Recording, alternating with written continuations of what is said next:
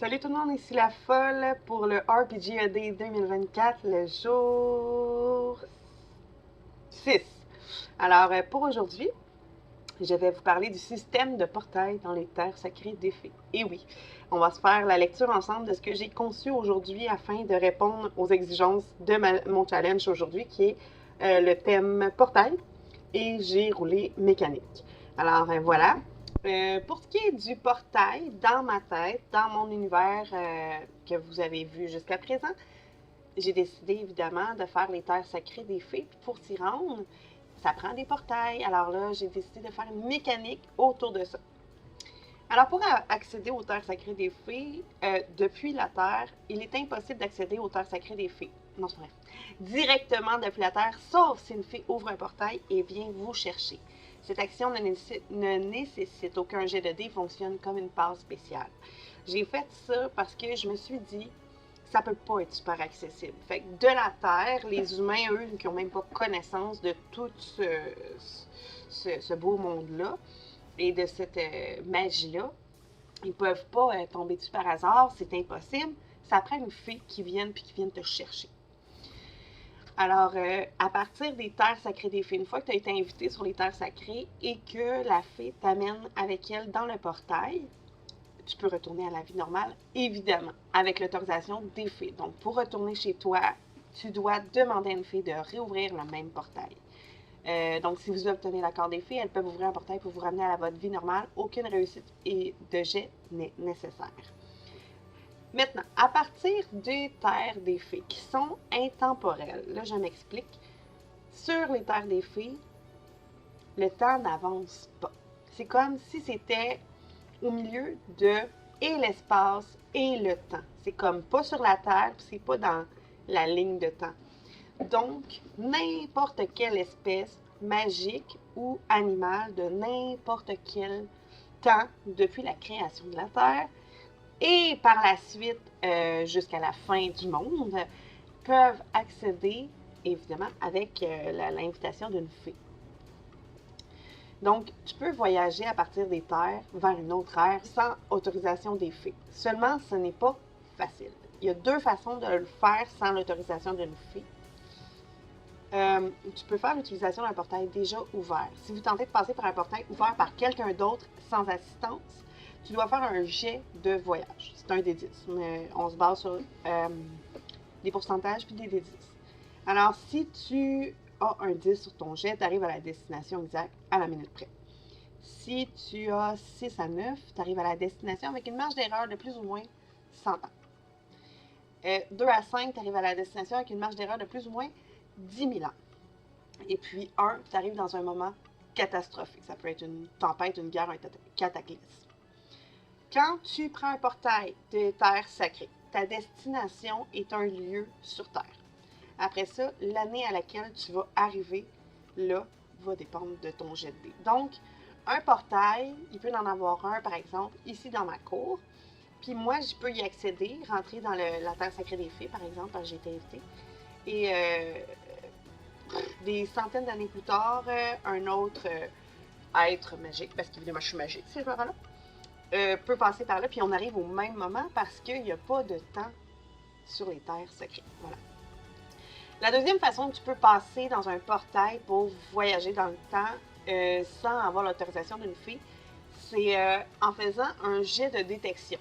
Celui-ci, c'est un D100 pour trouver un portail non ouvert. Là, tu as 20% de chance de réussir. Donc, à détecter s'il y a un portail. Fait que c'est pas 20% de chance de rentrer dans un portail parce qu'il n'y en a pas tant que ça.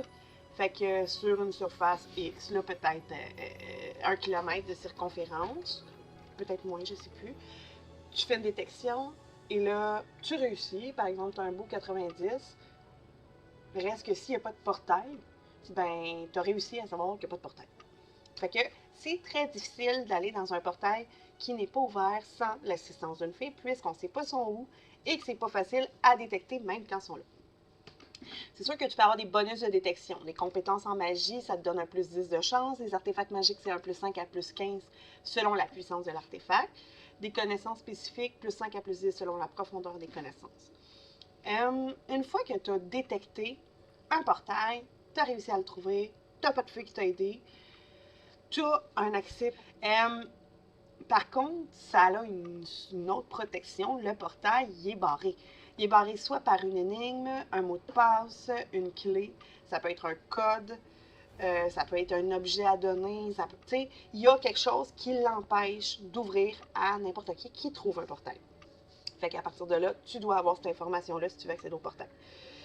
Les jets de voyage sont les mêmes que pour un portail ouvert par quelqu'un d'autre, mais la destination sur l'axe du temps est basée sur le moment où vous êtes entré dans les terres sacrées. En gros, tu ne peux pas décider où tu vas. Tu vas aller où que le portail t'amène parce que tu as trouvé un portail, pas celui que tu veux nécessairement. Et à partir de là, les jets de voyage vont te permettre de savoir si tu arrives à la minute près, à la destination exacte. Ça, c'est au moment que tu veux. Sinon, avec une marge d'erreur de plus ou moins 100 ans, avec une marge d'erreur de plus ou moins 10 000 ans, arriver dans un moment catastrophique. Tout ça s'applique, mais en partant du fait que le plus ou moins 100 ans joue avec le moment à lequel tu es rentré dans les terres sacrées. Le plus ou moins 10 000 ans, c'est la même chose. Bon. Time out. Évidemment, il va y avoir des erreurs pendant la conception des mécaniques de jeu, surtout que c'est du temps et c'est pas facile. Je réalise que non. Un jet réussi quand que tu désires prendre un portail vers une autre ère. Tu penses très fort au moment où tu veux y aller. Tu vas arriver à une destination précise, mais dans un lieu, dans un temps, sur la ligne du temps, au moment où que tu veux, OK? Plus ou moins, je sais pas moi, 10 ans. Après ça, quand que tu as un échec partiel, ça va être plus ou moins 100 ans. Après ça, plus ou moins 10 000 ans. Bref, c'est pas à partir de ton temps initial, mais plutôt à partir, mais c'est ta pensée profonde de moi, je veux aller en 1950. Je pense profondément à ça. Si ça réussit dans ton trajet dans le portail, c'est parce que tu as réussi ton jet de dés. Voilà. Si ça réussit pas, ben là, on va rajouter un 100 ans où on en enlève un. Si ça réussit pas, on va rajouter. Ben, c'est un échec critique, ça va être 10 000. Alors, c'est pas l'origine initiale, l'année à laquelle tu es rentré sur les terres sacrées, mais plutôt l'année à laquelle tu as envie d'aller. Il y a des effets sur le corps lors des voyages à travers les portails. Si tu fais un voyage avec l'assistance d'une fée, de la Terre vers les terres sacrées et le retour. L'entrée. Lorsque vous voyagez de la Terre aux terres sacrées avec l'assistance d'une fée, le corps ne subit aucun changement. Le temps sur Terre continue de s'écouler normalement et à votre retour, il semblerait que vous n'ayez jamais quitté la Terre, même si vous avez passé un temps considérable dans les terres sacrées. Donc, ce que ça veut dire, c'est que les terres sacrées ne changeront rien à ton corps et tu vas revenir au même moment que tu as quitté. Même si tu passes 50 ans, tu peux même passer 100 ans, tu ne vieillis pas. Donc, les terres sacrées sont intemporelles. Peu importe la durée de votre séjour, votre corps ne vieillit pas et vous ne subissez aucun effet lié au passage du temps. Le retour, si vous retournez sur Terre en empruntant le même portail avec l'assistance d'une fée, vous reviendrez à l'instant même de votre départ sans aucun changement corporel. Donc, par contre, si tu fais un voyage depuis les terres sacrées vers une autre destination, départ vers une autre ère ou lieu, bon, retour à la temporalité normale. Lorsqu'un voyage est effectué depuis les terres sacrées vers une autre destination ou époque sur Terre, on parle d'époque effectivement, le temps recommence à s'écouler normalement. Donc, là, ton corps recommence à vieillir parce que tu es revenu sur Terre, peu importe l'année à laquelle tu étais revenu. Et le corps vieillit et change comme dans la vie quotidienne. Pendant votre séjour dans cette nouvelle destination, votre corps continue de vieillir au rythme habituel. Toute période passée dans cette ère affectera votre âge et votre état physique. Par contre, quand tu retournes aux terres sacrées, si vous retournez aux terres sacrées depuis votre nouvelle destination, vous conserverez l'âge et les changements physiques acquis pendant votre séjour sur Terre. Retour à l'origine. Pour revenir à votre point initial dans votre vie normale, vous devez retourner aux terres sacrées et emprunter un portail vers votre vie d'origine. À ce moment-là, vous retrouverez l'âge que vous aviez lors de votre départ initial vers les terres sacrées, comme si le temps n'avait pas passé. Peu importe si tu as voyagé à travers le temps, à travers plein de portails sur les terres sacrées et que tu as pris de l'âge, quand tu vas revenir à ta vie initiale, tu vas avoir la même minute que quand tu es parti. Donc, j'y suis. Effet des blessures et de la mort lors des voyages à travers les portails. Les altérations physiques. Blessures et altérations dans les terres sacrées. Réalité des blessures. Toute blessure ou altération physique subie dans les terres sacrées est réelle. Vous vivez ces altérations dans la vie normale. Soins dans Time out. Je veux dire, tu subis des blessures, oui, sur les terres sacrées. Reste que dans la vie réelle, ce que je veux dire, c'est que ton personnage, durant son séjour sur les terres sacrées, il va ressentir les blessures ou les altérations physiques. Seulement, c'est tellement facile, et j'en parle plus tard, de se faire guérir sur les terres sacrées. Il y a des régions qui soignent, de l'eau qui soigne, tu sais. Et les fées ont les dons de guérison très, très, très, très forts. Que c'est ça.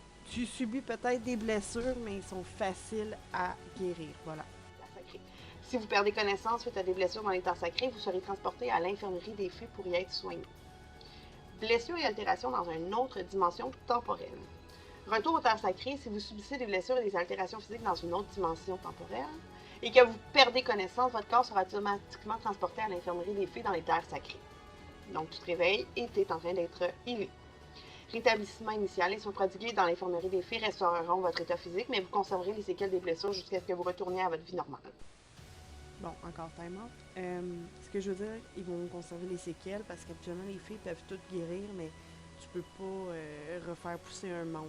Tu peux pas te faire donner la vue si on t'a transpercé les yeux.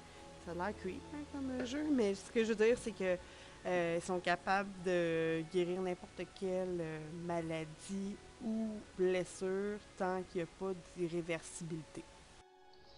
Retour à la vie normale, rétablissement complet. Lorsque vous retournez à votre vie normale via le portail initial avec l'assistance d'une fée, votre état physique revient à ce qu'il était avant votre départ. Toute blessure ou altération subie dans les terres sacrées ou dans une autre dimension temporelle est annulée. Mort. Mort dans une dimension temporelle. Conséquences fatales. Si vous mourrez dans une autre dimension temporelle, cette mort se traduit par une mort subite dans la vie réelle, telle qu'un anévrisme cérébral, une crise cardiaque ou une autre mort subite.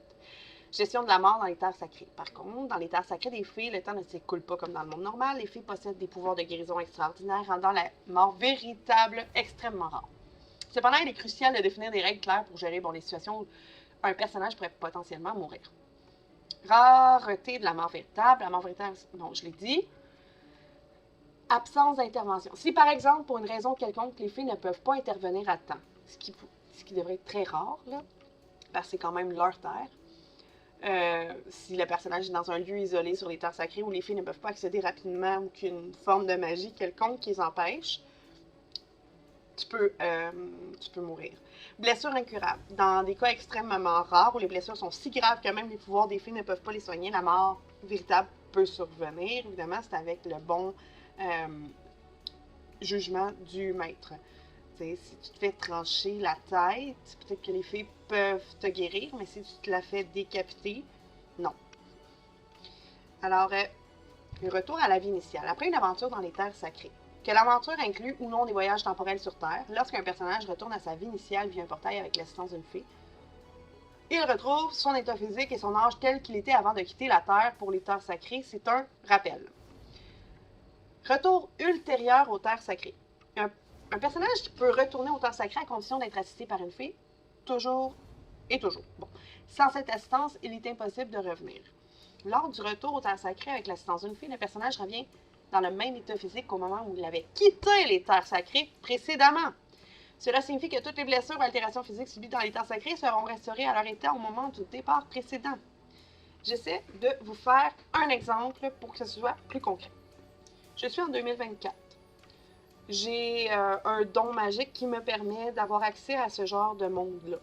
J'ai une invitation spéciale de la part de la Reine des Fées. Fait que, il y a une fée qui vient, elle rouvre un portail dans ma région. C'est pas quelque chose de facilement vu. Tu sais, le portail, j'ai donné un exemple, il était en ma cour, mais non, ça serait plus, le portail, il peut être dans le fond d'un lac, ou il peut être, je sais pas moi, au milieu d'une forêt. Tu sais, il sera pas dans mon garage, justement. Alors, la fée m'invite à venir dans la rivière Yamaska, en dessous du pont. Il y a un portail au milieu, il faut qu'elle rouvre, on y va. On rentre dans les terres sacrées. À ce moment-là, j'ai toujours 34 ans, puis mon moi, quand je vais revenir sur ma terre initiale avec le même portail, va avoir 34 ans. Et là, je passe 10 ans dans les terres sacrées. je vis ma vie là. Et là, je m'en vais dans un autre portail. Je suis appelée à aller chercher un diamant. Bon. Le portail m'amène, je roule un jet de dés, et puis mon jet est un... Ouais, mon jet, il est un échec. Je vais aller là comme 10 000 ans plus tard. Je suis dans un monde hyper moderne que je ne comprends pas du tout. Je me fais enfermer parce que je suis trop différente. Et là, je vis comme un calvaire durant 7 ans. J'ai réussi à m'en sortir, mais on m'a coupé une main. On m'a rasé le crâne. On a fait de moi un esclave pendant tout ce temps-là parce que j'étais comme un espèce d'animal de foire parce qu'il n'avait jamais vu des gens comme moi. Bon. Et je réussis à m'évader. Une fille vient me chercher. 7 ans après, je reviens sur les terres. J'ai 7 ans de plus que j'ai dans la réalité. Donc, 41 ans, 42 dans le coin. Puis, j'ai la tête rasée. Il me manque une main. Là, les filles me soignent, ça va bien. Et puis, non, mes cheveux ne repoussent pas, le temps n'existe pas. Et puis, je retourne à ma vie initiale. Donc, ça fait 17 ans que je suis partie. Puis, dans les terres sacrées, j'ai gagné 7 ans en allant voyager.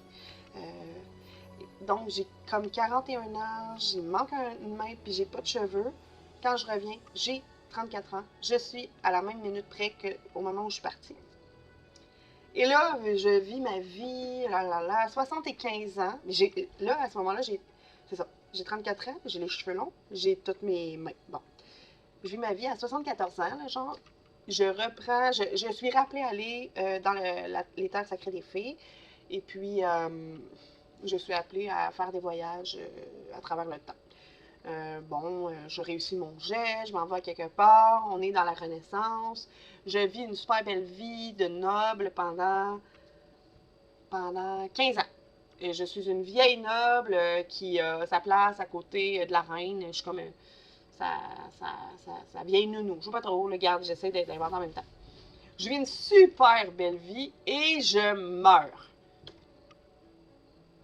À ce moment-là, je vais juste être sûre de ne pas me tromper. À ce moment-là, je meurs. Je meurs dans la vraie vie à 74 ans. Voilà le principe, dans le fond, des portails. Je vais essayer de faire un court résumé maintenant. Les terres sacrées des fées, c'est un lieu qui n'est pas sur Terre, qui n'est pas nulle part, qui est comme dans un monde parallèle. Qui est, dans le fond, il y a des ponts entre les terres sacrées et la planète Terre. Les ponts se rendent à des endroits stratégiques et le moment où on se rend là, sur la Terre, joue. C'est comme si le temps bougeait tout le temps, puis qu'à un moment donné, on arrive à ce moment-là. Le portail initial te ramène toujours au même point de départ. Quoi d'autre? Tu ne vieillis pas sur les terres sacrées, mais tu vieillis quand que tu voyages dans d'autres époques.